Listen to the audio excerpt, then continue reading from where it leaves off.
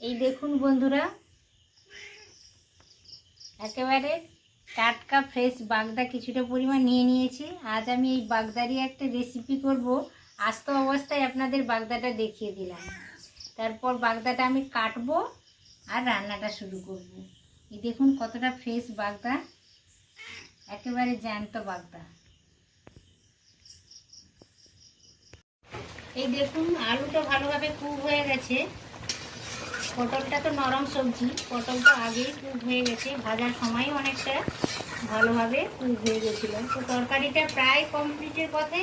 এই পর্যায়ে বন্ধুরা আমি 1 চামচ গরম মশলা অ্যাড করব। এই দেখুন গরম মশলাটা দিলে বেশ ভালো লাগে, দারুণ সুন্দর একটা সুগন্ধ আসে, খেতেও বেশ ভালো লাগে। আপনাদের কাছে যদি গরম মশলা নাও থাকে তাহলে ধনে পাতা থাকলে ধনে পাতা কেটেও দিয়ে দেবেন, বেশ ভালো লাগে খেতে। নমস্কার বন্ধুরা, গঙ্গাসাগরের বনেদি রান্না ও পরিবেশ ইউটিউব চ্যানেলে আমি সবাইকে স্বাগত জানালাম। এই দেখুন বন্ধুরা, আজ আমি এক ইউনিক ধরনের রেসিপি নিয়ে হাজির হয়ে গেছি। পটল চিংড়ি রেসিপি। পটল তো বিভিন্ন ধরনের আপনারা রান্না করে খান। একটা ঐতিহ্যবাহী সবজি হচ্ছে পটল আমরা সবাই খেতে খুব পছন্দ করি এবং পটলের বিভিন্ন রান্নাও আপনারা করে খান। আমিও রান্না বিভিন্ন ধরনের করে খাই। আজ ভাবলাম যে একটু অন্য ধরনের যদি রান্না করি তাহলে সবাই বেশ পছন্দ করবে, খেতেও ভালোবাসবে, কিংবা গেস্ট এলে বাড়িতে এই ধরনের রান্নাটাও অতি সহজে করে নেওয়া যায়। খুব একটা বেশি উপকরণ লাগে না, কিন্তু খেতে বেশ ভালো লাগে। তো দেখুন কিছুটা পরিমাণ আমি পটলগুলো একটু নরম পটল নিলেই ভালো হয়। টাটকা ফ্রেশ নরম পটল 2 টুকরো করে কেটে নিয়েছি। মাঝখানে একটা লাইন তুলে নিয়েছি খোসাটার, আর মাঝের অংশটা পাতলা আস্তরণটা আমি বটিতে চেঁচে নিয়েছি। এইভাবে 2 টুকরো করে পটলগুলো কেটে নিয়েছি। আর এই দেখুন 2টো আলু আমি কেটে নিয়েছি, একটু বড় বড় সাইজ করে আলুটা কেটে নিয়েছি। আপনাদের পছন্দ মতন আপনারা কেটে নেবেন। আলু পটল মোটামুটি আমার রেডি হয়ে গেছে। আর এই দেখুন আমি কিছুটা পরিমাণ বাগদা নিয়েছি, ছোট সাইজের বাগদা চিংড়ি। আপনারা এটা চিংড়ি মাছ দিয়েও করতে পারেন, একটু বড় সাইজের হলে ভালো হয়। আর এইটাতে কি মশলা ব্যবহার করছি সমস্ত কিছু আমি দেখিয়ে দিচ্ছি। পেঁয়াজ 2টো বড় বড় কেটে নিয়েছি, 4-5টা কাঁচা লঙ্কা চিড়ে নিয়েছি, একেবারে চিড়ে নিয়েছি, আপনারা চাইলে বেটেও নিতে পারেন। আর একটা টমেটো আমি ছোট ছোট করে কেটে নিয়েছি। সমস্ত কিছু আমি আপনাদের দেখিয়ে দিচ্ছি, তারপরে রেসিপিটা শুরু করব। এই দেখুন ফোড়নের জন্য 2টো শুকনো লঙ্কা, একটা তেজপাতা ছিলে নিয়ে নিয়েছি। 1 চামচ, এই চামচের 1 চামচ আমি পোস্ত বেটে এনেছি। পোস্ত শিলনোড়া থেকে বেটে এনেছি, আপনারা মিক্সারেও বেটে নিতে পারেন, কোনো অসুবিধা নেই। আর 1 চামচ আদা বাটা, 1 চামচ রসুন বাটা নিয়েছি। আর এই বাটিটাতে রয়েছে নারকেল। একটা নরম নারকেল আমি এইভাবে পাতলা পাতলা করে কেটে নিয়েছি। এইভাবে পাতলা পাতলা করে একটা খোলা, 2টো খোলা থাকে একটা নারকেলের, আমি একটা খোলার হাফ এইভাবে কেটে নিয়েছি। আর হাফ দেখুন আমি গ্রেটারে গ্রেট করে এনেছি, হাফ গ্রেট করে এনেছি, আর হাফ এইভাবে কেটে এনেছি। এটা বেশ ভালো লাগে এই তরকারিটা খেতে। বন্ধুরা একবার হলেও ট্রাই করবেন। সমস্ত কিছু তো আমি আপনাদের সাথে শেয়ার করলাম, দেখিয়ে দিলাম। এবার আমি বাগদা চিংড়িতে লবণ হলুদ মাখিয়ে নেব ভালো করে।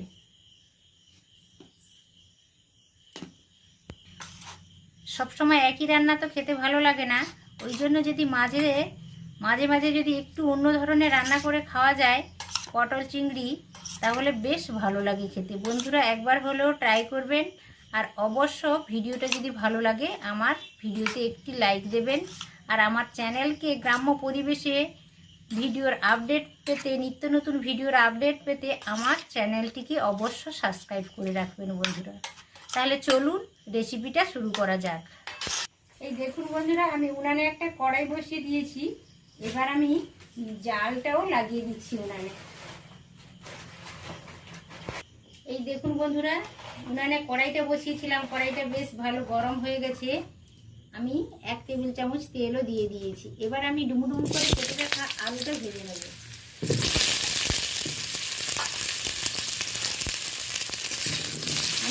আলু ব্যবহার করেছি আর 500 গ্রাম পটল নিয়েছি। আপনারা আপনাদের পরিমাণটা আপনাদের নিজেদের পছন্দ মতো নিয়ে নেবেন। লবণটা দিয়ে দিলাম, লবণ হলুদ দিয়ে আলুটা হালকা ব্রাউন কালারের করে ভেজে নেব।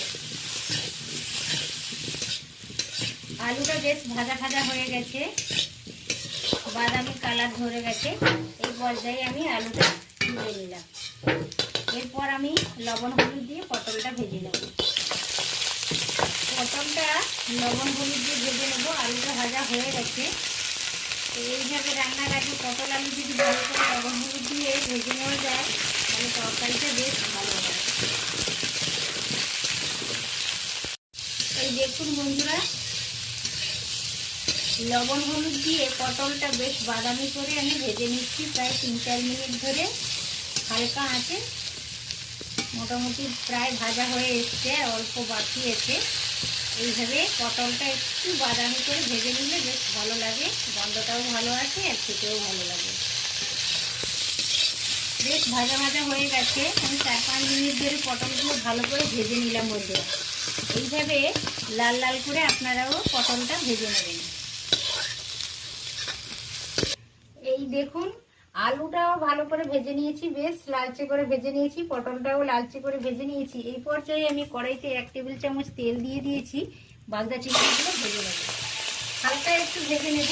চিংড়ি মাছ কখনো বেশি ভাজতে নেই, বেশি ভাজলে রাবারি হয়ে যায়, শক্ত হয়ে যায়। তবে আমি অল্প একটু ভেজে নিচ্ছি। আপনারা চাইলে মশলা কষানোর সাথে সাথেও চিংড়ি মাছটা দিয়ে ভেজে নিতে পারেন, কোনো অসুবিধা নেই। আমি হালকাভাবে একটু নেড়ে নিচ্ছি। দেখুন, মোটামুটি ভাজা হয়ে গেছে চিংড়ি মাছটা, হালকা করে ভেজে নিলাম। আমি রান্নাটা সরষের তেলেই করছি বন্ধুরা। পটল হলে তরকারিটা খেতে বেশ ভালো লাগে। তো এই পর্যায়ে চিংড়ি মাছগুলো আমি ঢেলে নিলাম। পটলটাও ভেজে নিয়েছি, আলুটাও ভেজে নিয়েছি, চিংড়ি মাছটা হালকা করে ভেজে নিয়েছি। এরপর কড়াটা পরিষ্কার করে আমি আবারও উনানে বসিয়ে দিয়েছি। তেল দিয়ে দিলাম 2 টেবিল চামচ। এবার মশলাটা রেডি করব। ফোড়নের জন্য একটা তেজপাতা নিয়েছি আর 2টো শুকনো লঙ্কা নিয়েছি। ছোট 1 চামচ জিরে দিয়ে দিলাম, গোটা জিরে।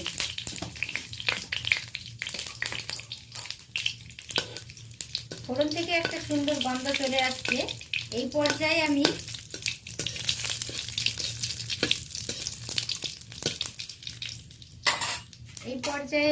চেরা কাঁচা লঙ্কা, কেটে রাখা টমেটো, কেটে রাখা পেঁয়াজটা দিয়ে দেব।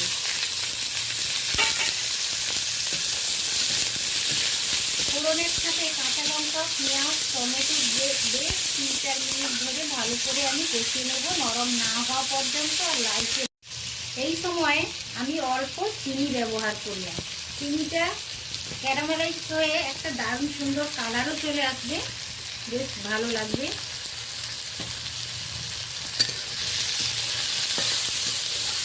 দেখুন, পেঁয়াজটা বেশ নরম হয়ে গেছে, টমেটোটাও বেশ নরম হয়ে গেছে, বেশ কাঁচা গন্ধ চলে গিয়েছে।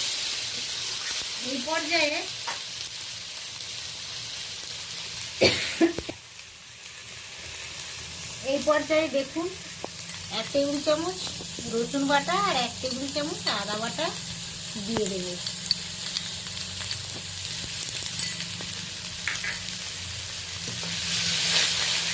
পেঁয়াজ টমেটোর সাথে এটা নেড়ে নেড়ে ভালো করে কষিয়ে নেব। আদা রসুন টমেটো পেঁয়াজ ফোড়নের সাথে দেখুন বেশ সুন্দর কালার চলে এসছে। এই পর্যায়ে আমি অল্প জল দিলাম, গুঁড়ো মশলাগুলো অ্যাড করব, নাহলে অনেক সময় নিচে বসে যেতে পারে, ওই জন্য অল্প জল দিলাম। সমস্ত গুঁড়ো মশলাগুলো অ্যাড করে দেবো। আধা চামচ আমি হলুদ গুঁড়ো দিয়ে দিলাম। ঝালের জন্য আধা চামচ আমি লাল লঙ্কার গুঁড়ো দিলাম। চেরা কাঁচা লঙ্কা ব্যবহার করেছি। ঝালটা আপনাদের নিজেদের প্রয়োজন মতো নেবেন। কাশ্মীরি লাল লঙ্কার গুঁড়ো দিলাম ছোট চামচের 1 চামচ। 1 চামচ দিলাম জিরে গুঁড়ো,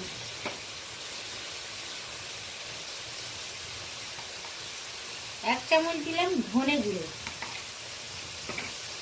তো এই সমস্ত গুঁড়ো মশলাগুলোকে ভালো করে 2-3 মিনিট ধরে কষিয়ে নেব। মশলাটা ভালোভাবে কষানো হয়ে গেছে, হালকা তেলও রিলিজ করতে শুরু করেছে। এই পর্যায়ে 1 চামচ পোস্ত বেটে রেখেছিলাম, পোস্তটা অ্যাড করে দিলাম। এইভাবে চিংড়ি পটল যদি রান্না করে খান কিংবা গেস্টদের খাওয়ান তাহলে সবাই খুব খুশি হয়ে যাবে। বন্ধু, এই পর্যায়ে পাতলা পাতলা করে নারকেলটা আমি কেটে রেখেছিলাম দিয়ে দিলাম। এটা আগে দিতেও পারতাম, কিন্তু আগে দিলে পরে কি হয়, এটা বেশি শক্ত হয়ে যায়। এই নারকেলটা আমি নরম নারকেল ব্যবহার করেছি, আপনারাও চেষ্টা করবেন অবশ্য নারকেলটা যেন নরম হয়, তাহলেই তরকারিটা খেতে বেশি ভালো লাগবে। আর তরকারিতে নারকেলটা যখন চিবোবেন তখন খুবই টেস্টি লাগে।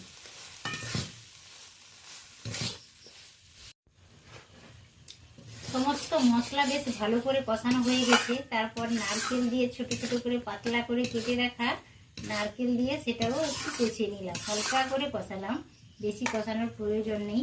এই পর্যায়ে বন্ধুরা আমি 1 খোল নারকেলের হাফ আমি কেটে দিয়েছি ছোট ছোট করে, আর হাফটা গ্রেট করে এনেছি। এইভাবে যদি গ্রেট করে দেওয়া হয় তাহলে গ্রেভির টেস্টটা ভীষণ ভালো আছে। আর ওই ছোট ছোট করে কেটে কেন দিলাম, এই ছোট ছোট করে কেটে দিলে তাহলে চিবোতে ভালো লাগে, তরকারিতে ভীষণ ভালো লাগে। বন্ধুরা একবার হলেও ট্রাই করে দেখুন, তাহলেই বুঝতে পারবেন যে কতটা সুন্দর লাগে। এই তরকারিটা থাকলে গরম ভাতের সাথে ডিনারে কিংবা লাঞ্চে তাহলে তো আর কোনো কিছুই লাগবে না, আর রুটি পরোটার সাথেও বেশ ভালো লাগবে। এটা মশলার সাথে ভালো করে আর 1-2 মিনিট কষিয়ে নেব, বেশি কষানোর প্রয়োজন নেই। তারপর আমি পটল আলু চিংড়িটা তুলে দেব। গ্রেট করা নারকেলটা দিয়ে দিয়েছি, তারপর মিক্সির জারটা দিয়ে অল্প জলও দিয়ে দিলাম।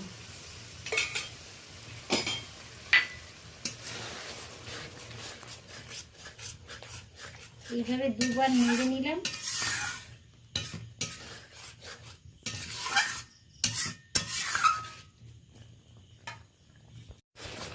মশলাটা ভালোভাবে কষানো হয়ে গেছে, মশলার সাথে গ্রেট করা নারকেল, তারপরে স্লাইস করা নারকেল সমস্ত কিছু দিয়ে ভালোভাবে কষিয়ে নিলাম। এরপর আমি ভেজে রাখা আলু, পটল, চিংড়ি একই সাথে আমি কড়াইতে সমস্ত কিছু তুলে দিলাম। তো মশলার সাথে 2-3 মিনিট ভালো করে মিশিয়ে নেব সমস্ত কিছু। তো পটল আলু অনেকটাই কুক হয়ে গেছে, তো এইটার সাথে আর 2 বার আমি নেড়ে 2-3 বার গরম ফোটানো জলটা দিয়ে দেব। অবশ্য আপনারা যে কোনো তরকারিতে গরম জল দেওয়ার চেষ্টা করবেন, তাহলে তরকারির স্বাদ অনেকটাই ভালো হয় আর তাড়াতাড়িও হয়ে যায়। কষানো মশলার সাথে ভেজে রাখা আলু, চিংড়ি, পটল দিয়ে ভালো করে কষিয়ে নিলাম, আর বেশি কষানোর প্রয়োজন নেই। এবার আমি গরম জলটা অ্যাড করে দিচ্ছি। বন্ধুরা একবার এইভাবে ট্রাই করে দেখুন না।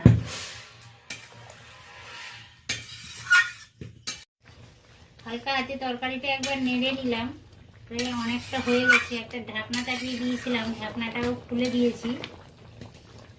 আরও কিছু সময় লাগবে, আরও 7-8 মিনিট মতো লাগবে। বন্ধুরা এইভাবে একবার হলেও ট্রাই করে দেখুন, বেশ ভালো লাগে এই তরকারিটা খেতে। পটল আলু ভাজার সময় আমি একটু বেশি পরিমাণ লবণ দিয়েছিলাম, এখন দেখলাম যে একটু লবণটা কমে গেছে, কম পড়েছে, তো অল্প আমি লবণ অ্যাড করলাম। এই দেখুন আলুটা ভালোভাবে কুক হয়ে গেছে, পটলটা তো নরম সবজি, পটলটা আগেই কুক হয়ে গেছে, ভাজার সময় অনেকটা ভালোভাবে কুক হয়ে গেছিলো। তো তরকারিটা প্রায় কমপ্লিটের পথে। এই পর্যায়ে বন্ধুরা আমি 1 চামচ গরম মশলা অ্যাড করব। এই দেখুন গরম মশলাটা দিলে বেশ ভালো লাগে, দারুণ সুন্দর একটা সুগন্ধ আসে, খেতেও বেশ ভালো লাগে।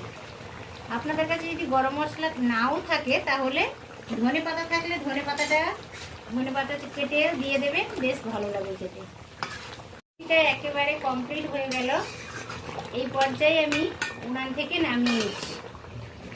এই দেখুন বন্ধুরা, পটল চিংড়ি তরকারিটা আমার কমপ্লিট হয়ে গেছে, আমি নামিয়েও নিয়েছি। দেখুন কতটা লোভনীয় দেখাচ্ছে, আর একটা খাবারের সুগন্ধ চলে আসছে। এই সুগন্ধেই কিন্তু খিদা বেড়ে যাবে বন্ধুরা। তো এইভাবে আপনারা একবার ট্রাই করে দেখবেন, বেশ ভালো লাগবে। আমি বললাম একবার হলেও ট্রাই করে দেখুন, বেশ ভালো লাগবে। আর ভিডিওটা যদি ভালো লেগে থাকে অবশ্যই একটি লাইক দেবেন। আর আমি একটা ছোট্ট ইউটিউবার, আপনারা সাপোর্ট না করলে আমি এগোতে পারবো না। অবশ্য আমার চ্যানেলকে সাবস্ক্রাইব করে বনেদি পরিবারের সদস্য হয়ে যাবেন বরাবরের মতো। তাহলে ভিডিওটা এই পর্যায়ে আমি শেষ করছি। আবারও দেখা হবে, অন্য কোনো ভিডিও নিয়ে হাজির হয়ে যাব। আপনারা অবশ্য ট্রাই করবেন, আর রান্নাটা কেমন হয়েছে আমাকে কমেন্টের মাধ্যমে উত্তর দেবেন। আজকের মতো আমি এখানেই শেষ করছি। নমস্কার বন্ধুরা, টাটা।